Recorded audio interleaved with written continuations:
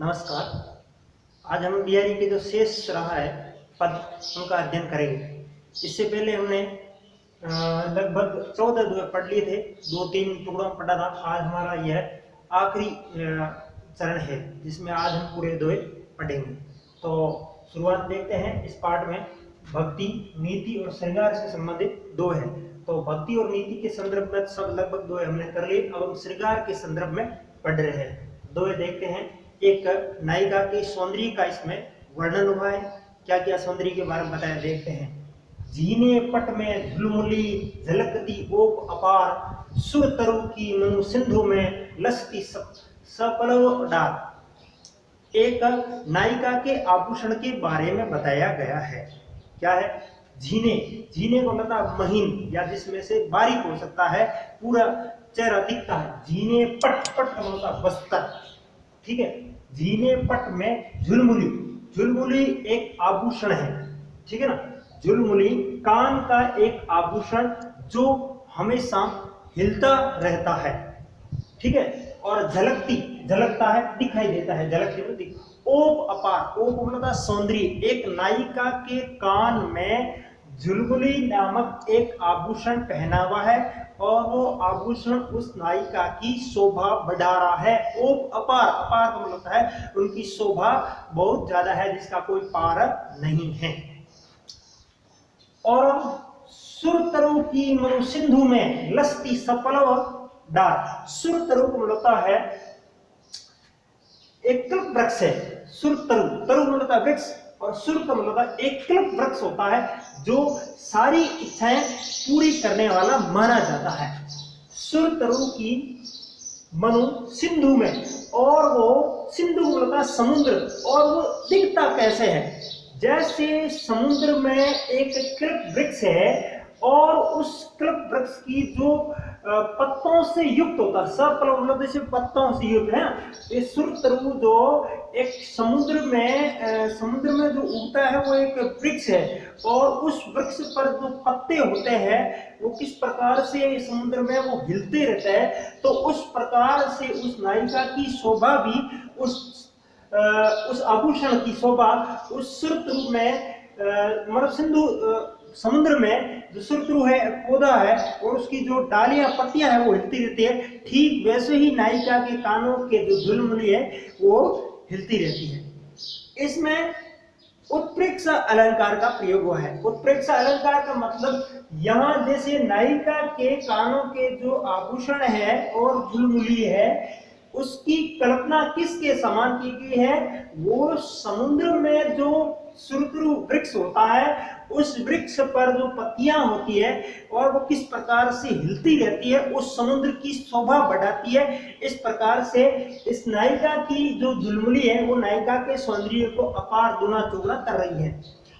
जीने पट, जीने पट मतलब है जो बारीक कपड़ा है वे। जीने पट में झुलमुली, झुलमुली आभूषण का नाम है। झलकती ओप अपार, बहुत ज्यादा अत्यधिक मात्रा में नायिका की शोभा बढ़ा रही है। सुरतरु की मनु सिंधु, सुरतरु एक कल्प वृक्ष है, नामक वृक्ष जो सारी इच्छाएं पूरी करने वाला ऐसा माना जाता है।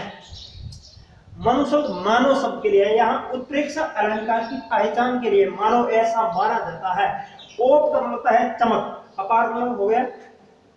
तो इस पहले में हमने ये पढ़ा, इस 15वें दोहे में हमने पढ़ा कि एक नायिका के सौंदर्य के बारे में उसके कानों में एक झुलमुली नामक एक आभूषण पहना हुआ है, वो किस प्रकार से हिलता है या शोभा बढ़ाता है। ठीक ऐसा ही समुद्र में उगे हुए कल्प वृक्ष की जो पत्तियां हैं वो किस प्रकार से हिल करके उस समुद्र की शोभाएं बढ़ाती हैं। इसमें उत्प्रेक्षा अलंकार का प्रयोग हुआ है, साथ ही साथ अनुप्रास अलंकार का प्रयोग है। इसमें नायिका के श्रृंगार के संदर्भ में बताया गया है। दूसरा भी हमारा श्रेष्ठ दोहा माना जाता है हिंदी में। एक नायक और एक नायिका का संयोग श्रृंगार रस का अच्छा उदाहरण माना जाता है। नायक और नायिका किस प्रकार से आपस में मिलते हैं और ऐसे बैठे हैं जैसे उसमें बहुत पूरे भवन में बहुत सारे लोग हैं और फिर भी नायक और नायिका अपने संकेतों से बातचीत कर लेते हैं। किन किन कैसे संकेतों का प्रयोग करते हैं? श्रृंगार रस का श्रेष्ठ दोहा माना जाता है। कहत नटत रिजत खिजत मिलत खिलत लज्जिया, भरे भवन में करत है नैनन ही संवाद। एक नायक और एक नायिका किस प्रकार से आपस में बातचीत करते हैं इसकी कहत। एक नायक नायिका को कहता है, आंखों से नेत्रों से संकेत के रूप में कुछ कहता है, नायिका मना कर देती है। कहता है नायक आंखों के बोलता नहीं है, सिर्फ और सिर्फ आंखों की नजरों से ये सारी हलचल हो रही है। कहत नटत, नायिका ने अपने नेत्रों से ही मना कर दिया। फिर रीझत, और थोड़ा रीझ जाती है, क्रोध गुस्सा भी आ जाता है।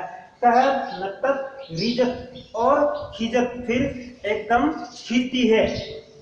फिर अगले ही पड़ाव में वापस उसके नेत्रों में संकेतों में मिलने जैसी स्थिति बनती है, और मिलने के साथ नहीं अगली में खिलते हैं, आपस में प्रश्न होते हैं, और फिर लज्जाते हैं। लज्जाते मतलब लज्जा आती है।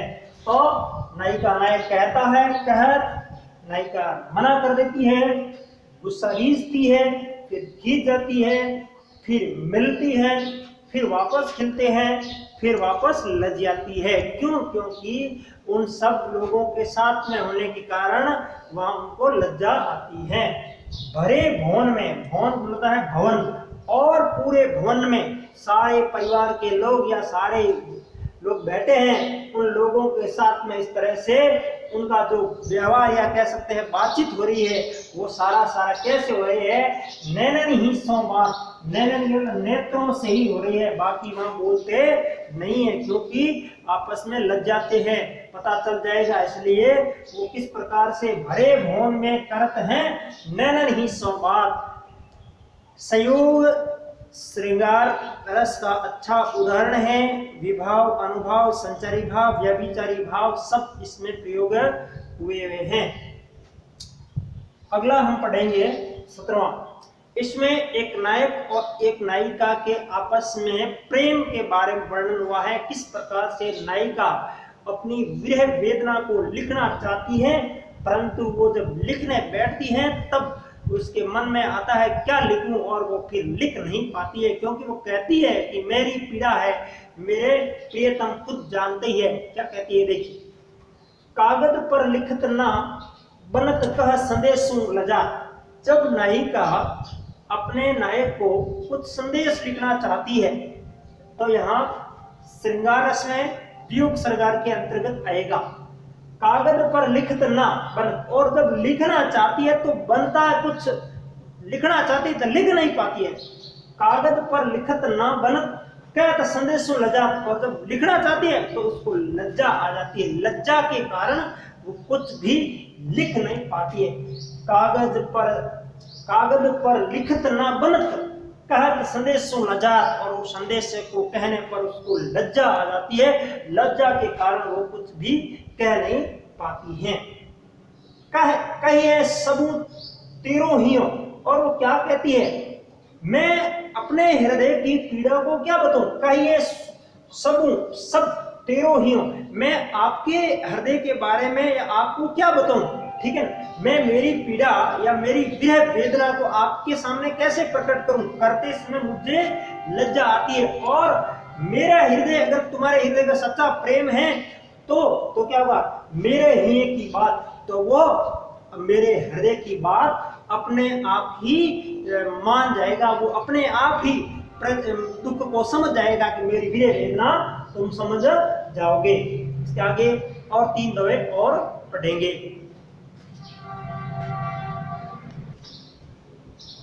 आगे हम पढ़ेंगे अगला 18वां दोहा। इसमें एक नायिका के सौंदर्य का वर्णन हुआ है।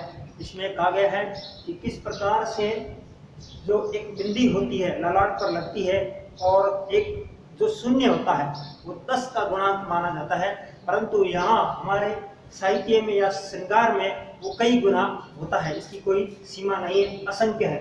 कहत सबे वेदी दियो अंकु 10 गुणों होतु, तिये लीलार वेदी दियो अगिनतु पढ़त उदतु। अर्थात जब 10 का गुणांक, अर्थात एक शून्य लगने पर वहां 10 का गुणा होता है या 10 की संख्या मानी जाती है। परंतु श्रृंगार और इस श्रृंगारिकता के मामले में उसकी संख्या अपार है, अनगिनत है। कहत सबे, सब लोग कहते हैं। बेदी मतलब बिंदी, जो स्त्रियों के या महिलाओं के ललाट पर लगी जाने वाली बिंदी, ठीक है। और अंकु मतलब संख्या, 10 गुना, 10 गुणा के समान होती है, ठीक है ना, वो 10 का गुणांक होती है। तीहे ललाट पर, तीहे को बोलता है स्त्रियों के मस्तक पर, तीहे ललाट पर बेदी अर्थात वो बिंदी लगती है। जो अगिनित अर्थात वो अनगिनित असंख्य रूप से वहां पर क्या करता है, प्रकाश करता है, वहां शोभा बढ़ाता है, चमक बढ़ाता है। दोबारा देखते हैं, कहत सबेल बेदी दियो अंकु 10 गुणों होतु, अर्थात 10 का गुणांक होता है।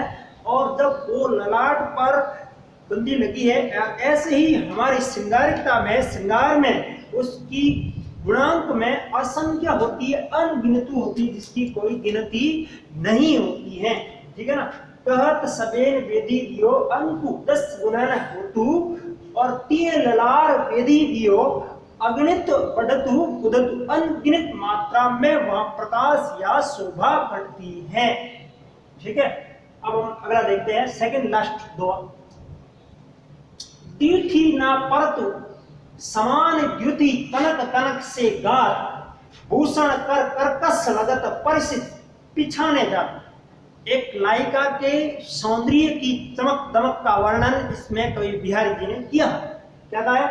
दृष्टि, जब दृष्टि डालते हैं तब नायिका का सौंदर्य और नायिका के पहने हुए आभूषणों का, अर्थात सोने का, ठीक है ना, वो शरीर एक जैसा ही दिखता है, ठीक है ना। कि दीठे ना परतु समान द्युति, द्युति मतलब चमक, उस सोने की जो चमक होती है ठीक वैसी ही चमक उस नायिका के शरीर, गात होता शरीर की है। और देखने पर उस पे आप कह ही नहीं सकते हैं कि यह शरीर है या आभूषण है। भूषण कर कर्कश, जब हम उस भूषण को या उस आभूषण को कैसे पहचानते हैं, तो उसकी कर्कश मतलब कठोर, और परसी पिछाने जा, जब हम स्पर्श करते हैं, देखते हैं, तब पता चलता है कि ये आभूषण है और यह शरीर है। दोबारा देखते हैं कि एक नायिका के सौंदर्य के बारे में उनके ऊपर आभूषण पहने हुए हैं, उन आभूषणों से ऐसे लगता है कि उस नायिका के जो शरीर है और उस आभूषण है उसमें फर्क करना कठिन है। अर्थात समान द्युति है, एक समान चमक है, उस एक समान चमक होने के कारण भिन्नता करना कठिन है। और उसको जांचा कैसे जा सकता है, तो उसको परसी पिछाने जा, जब हम हाथ से स्पर्श करते हैं तब जो आभूषण है वो कठोर लगते हैं, कर्कश मतलब है कड़क लगते हैं, जिसमें कठोर कह सकते हैं। और कठोर होने के कारण ही उस भूषण की पहचान सकते हैं, या आभूषण पहना हुआ है, और अन्यथा वो नायिका के पूरे शरीर की पहचान नहीं सकते हैं। रीति काल के जो कवियों की प्रमुख विशेषता है, वो विशेषता इसमें है कि किस प्रकार से उन्होंने नायिका भेद अर्थात नायिकों का जो अतिशयोक्ति पूर्ण वर्णन किया है। इसमें उपमा अलंकार का प्रयोग हुआ है, अतिशयोक्ति अलंकार का भी प्रयोग हुआ है। अब हमारा इस पूरे पाठ भक्ति नीति और श्रृंगार पाठ 2 में टोटल अंतिम रूप से 20वां और अंतिम 2 है, इसको पढ़ेंगे। अंग अंग नग जगमगात दीप सिका सीते, दिया बढ़ाए हूं रहे बड़ो उजारो के। एक नायिका के सौंदर्य का वर्णन हुआ है, कैसे कि अंग अंग नग, नग बोलता है रत्न, नायिका के सौंदर्य के उसका सौंदर्य नग रत्नों के जैसे जगमगा रहा है। दीप सिकासी, ये दीप सिका मतलब होता है जिस प्रकार से दीपकों की जो श्रृंखला होती है, ठीक उसी प्रकार से नायिका का सौंदर्य है वो जगमगा रहा है। अंग अंग नग, नायिका के सारे अंगों का किस प्रकार से कवि ने कहा है कि एक नगिन या जो रत्न होता है उस नगों के समान जगमगा रहा है, अर्थात उज्याला कर रहा है, प्रकाश फैला रहा है। दिया बढ़ाए, और कवि क्या कहते हैं, उस समय अंधेरे में, उस समय जब रात्रि में उस दीपकों को बुझा देना चाहिए, तो भी उस नायिका के पहने हुए सौंदर्य अर्थात उनके जो आभूषण हैं और उस नायिका की जो चमक है, उस चमक से उस सारे घर में प्रकाश हो सकता है। ये कलता घर उजारो मूलता प्रकाश हो सकता है, बड़ो मतलब बुझाना, कि उस सारे दीपकों को घर बुझा देना चाहिए। और नायिका के सौंदर्य की चमक इतनी है कि उस चमक से लगता है कि सारे घर को एक प्रकाशमय या एक दीपशिखा के समान चमकाया जा सकता है। इसमें भी उपमा अलंकार और अतिशयोक्ति अलंकार का प्रयोग किया गया है कि इतना नायिका का प्रकाश है कि जब दीपक बुझा देते हैं तो भी उस नायिका के श्रृंगारिकता का हम इतना प्रकाश होता है कि वो अंधेरा को वापस उजाला कर देती है। अतिशयोक्तिपूर्ण। अब हमने अंतिम रूप से है, इसके बाद का अगला चैप्टर होगा, उसमें सारे आपको सप्रसंग व्याख्या सहित सारे दो एक PDF फाइल के माध्यम से आपके पास पहुंच जाएंगे।